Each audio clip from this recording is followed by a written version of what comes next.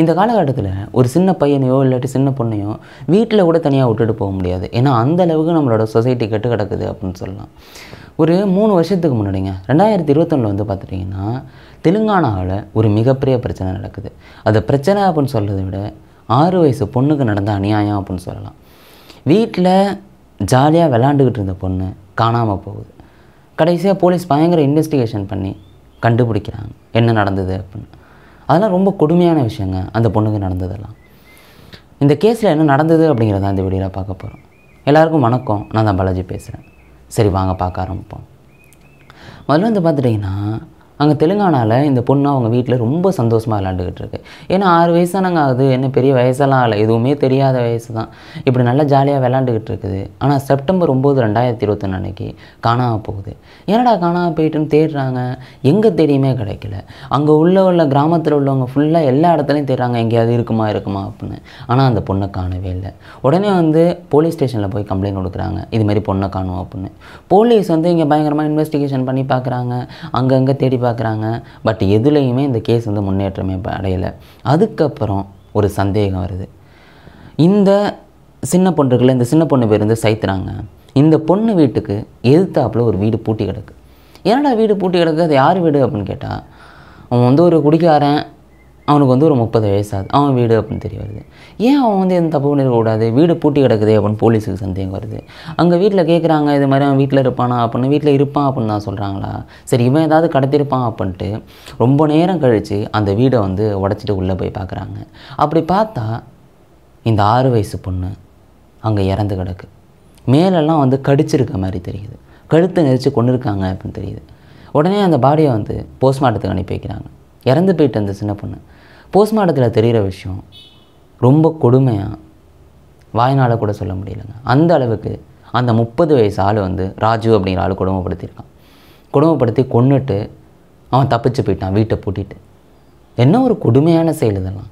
இப்படி பண்ணிட்டு போயிட்டானா போலீஸ் வந்து அடுத்த 9 தனிப்படைகள் அமைச்சு விசாரணையை வந்து தொடங்குறாங்க. இது வந்து பெரிய இஷ்யூவாக மாறுது. அங்கே உள்ள அந்த மாநிலம் ஃபுல்லாக இது பேசு பொருளாக மாறுது. அந்த ஸ்டேட்டை தாண்டி இவன் தப்பிச்சிடக்கூடாது அப்படின்னு எல்லா இடங்கள்லையும் செக்யூரிட்டி இந்த ஃபோட்டோ வச்சுட்டு நிற்கிறாங்க, பார்க்குறாங்க. அதை தாண்டி இங்கே உள்ள சிசிடிவிலாம் செக் பண்ணிக்கிட்டு இருக்காங்க, இவன் எங்கேயாவது தப்பிச்சு போயிருக்கானா அப்படின்னு. பயங்கரமான இன்வெஸ்டிகேஷன் வந்து போய்கிட்டு இருக்கு. அப்படி பார்க்கும்போது ஒரு சிசிடிவியில் அவன் மாட்டிக்கிறான், இவன் இருக்கான் அப்படின்னு தெரியுது. ஆனால் அங்கே போனால் அவன் வந்து இல்லை.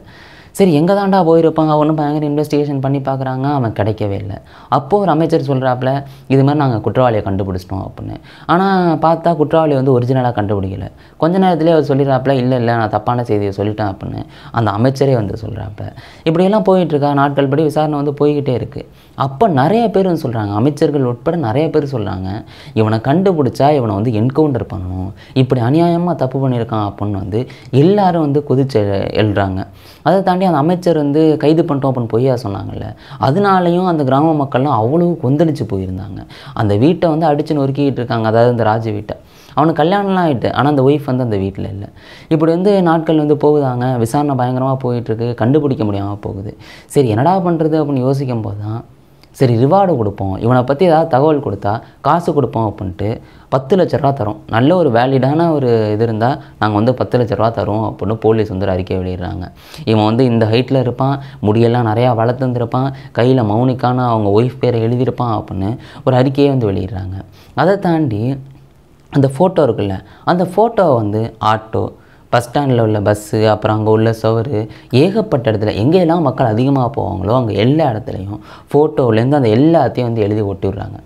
அதாவது ஜெராக்ஸ் எடுத்து எல்லாத்தையும் ஒட்டி விட்றாங்க. இது எல்லாமே நடந்துக்கிட்டு இருக்குது. பட் இந்த கேஸில் எந்த முன்னேற்றமும் இல்லாமல் தான் போயிட்டுருக்கு.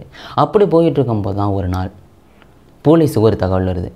அது என்னன்னா வாரங்கல் அப்படின்னு சொல்ல போகிற ஒரு இடத்துல உள்ள போலீஸ் ஸ்டேஷன், ரயில்வே ஸ்டேஷன்லேருந்து கால் வருது.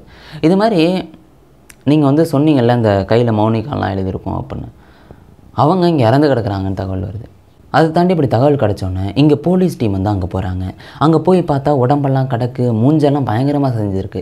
அது ராஜுவானே தெரில. பட் வந்து கையில் வந்து மௌனிகா அப்படின்லாம் எழுதியிருக்கு. பட் இது வந்து ராஜுவா இருக்கலாம் அப்படின்னு வந்து முடிவு பண்ணுறாங்க. சரி என்ன நடந்தது ஏது நடந்ததுன்னு அங்கே உள்ள போலீஸ்கிட்ட கேட்குறாங்க.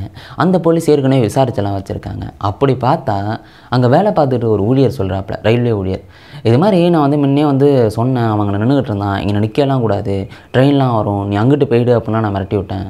ஆனால் அவன் வந்து புதர்கிட்ட வந்து ஒளிஞ்சிக்கிட்டு இருந்திருக்கான்.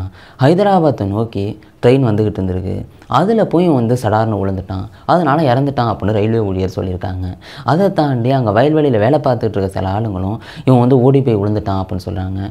இது மாதிரி ஒவ்வொருத்தரும் வந்து சொல்கிறாங்களா அங்கே நேரில் பார்த்தவங்க. சரி இவன் இறந்துட்டான், ஆனால் இவன் நான் கன்ஃபார்ம் பண்ணல, ஏன்னா மூஞ்செல்லாம் செதஞ்சிட்டு. அதனால வந்து இன்னும் சில அடையாளங்களை வச்சு செக் பண்ணுறாங்க, அது ராஜு தான் அப்படின்னு தெரியுது. பட் இதை வச்சு மட்டும் கன்ஃபார்ம் பண்ணிட முடியாது. உடனே ஒய்ஃபு அப்புறம் இன்னும் சில சொந்தக்காரங்களாம் கூப்பிட்டு கன்ஃபார்ம் பண்ண சொன்னால் அவங்களும் சொல்கிறாங்க இது ராஜு தான் அப்படின்னு. அவங்க ராஜோட ஒய்ஃப் சொல்கிறாங்க இது வந்து அவனா சூசைட்லாம் பண்ணிக்கல, என் ஹஸ்பண்ட் வந்து சூசைட்லாம் பண்ணிக்கல, போலீஸ் வந்து கொலை பண்ணிவிட்டு ட்ரெயினில் கொண்டாந்து வந்து போட்டிருக்காங்க, தூக்கி போட்டிருக்காங்க, அதனால தான் அவன் இறந்துட்டான் அப்படின்னு அவங்களோட ஒய்ஃப் வந்து சொல்கிறாங்க. பட் போலீஸே வந்து என்கவுண்டர் பண்ணியிருந்தாலும் அவன் பெரிய உத்தமெல்லாம் கிடையாது. அதுதான் உண்மையான விஷயம். இன்னும் சில பேர் வந்து சொல்கிறது என்னென்னா, கண்டிப்பாக வந்து இது வந்து போலீஸ் என்கவுண்டர் தான் பண்ணியிருக்கணும், ஏன்னா மூஞ்சி மட்டும் பயங்கரமாக செஞ்சுட்டு உடலெல்லாம் வந்து ஓரளவுக்கு நல்லா தானே இருக்குது.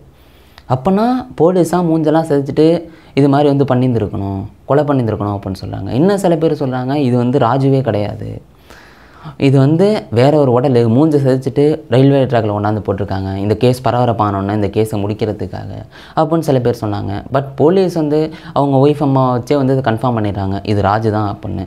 இந்த ராஜு வந்து இப்போ இறந்துட்டார் இல்லை இறந்துட்டான், 30 வயசாகுது, இவன் பண்ணுற வேலையாது, அவனுக்கு கல்யாணம்லாம் நடந்துட்டு. இதெல்லாம் அவ்வளோ கொடுமையான விஷயம் அப்படின்னு தாங்க சொல்லி ஆகணும். இப்போ வந்து ஒரு சின்ன பொண்ணுன்னு கூட கிடையாது, ஒரு சின்ன பையனை கூட வந்து வீட்டில் விட்டுட்டு போக முடியாது போல். ஏன்னா அந்தளவுக்கு நம்மளை சுற்றி இருக்கிறவங்க ஒன்றும் வந்து வெளில தெரியாதவங்கெல்லாம் கூட கிடையாது, சுற்றி இருக்கிறவங்களே ரொம்ப கொடுமையான முறையில் வந்து செயல்பட்டுக்கிட்டு இருக்காங்க. ஒரு 3 வருஷத்துக்கு முன்னாடி இந்த சின்ன பொண்ணுக்கு இப்படி நடந்துச்சு. அந்த இறந்தவன் இருக்கான்ல அவனெலாம் அப்படி சாகக்கூடாது, ஒரே வழியாக வந்து சித்திரக்கூடாது, அவனெலாம் அணுவாக சித்திரவதை பண்ணி தான் அவனெல்லாம் கொள்ளணும். அடுத்த வந்து இப்போ கூட வந்து கோயில்பட்டியில் ஒரு சின்ன பையனுக்கு ஒரு சம்பவம் நடந்தது, சொந்தக்காரனே வந்து அது மாதிரி பண்ணது, ஒரு சின்ன பையன், அது சின்ன பொண்ணு, எல்லாமே வந்து இது பாருங்களேன், அந்த சின்ன பொண்ணு எதிர்த்து விட்ட ஆள் தான். எல்லாம் தெரிஞ்சவங்களே வந்து இப்படி செயல்படுறாங்க. யாரையும் நம்பி வந்து ஒரு சின்ன பொண்ணையோ சின்ன பையனையோ வந்து யாரையும் தனியாக வீட்டில் விட்டுட்டு போக முடியாது போல். நம்மளே எங்கே போனாலும் கையில் கூட்டிகிட்டு போயிடணும் போல். அப்படி தாங்க இப்போ உள்ள சுச்சுவேஷன்லாம் இருக்குது. இதை பற்றி என்ன சொல்கிறது அப்படின்னு தெரியவே இல்லை. உங்களுக்கு என்னங்க தோணுது? இந்த மாதிரி சம்பவங்கள்லாம் நடக்கவே கூடாது அப்படின்னா எந்த மாதிரி தண்டனை வரணும் அப்படின்னு நினைக்கிறீங்க? உங்களுக்கு என்ன தோணுதோ அதை கீழே கமெண்ட் பண்ணுங்கள், நான் பார்த்து தெரிஞ்சுக்கிறேன். நாளைக்கு இன்னொரு வீடியோவில் நான் உங்களை சந்திக்கிறேன். Bye guys.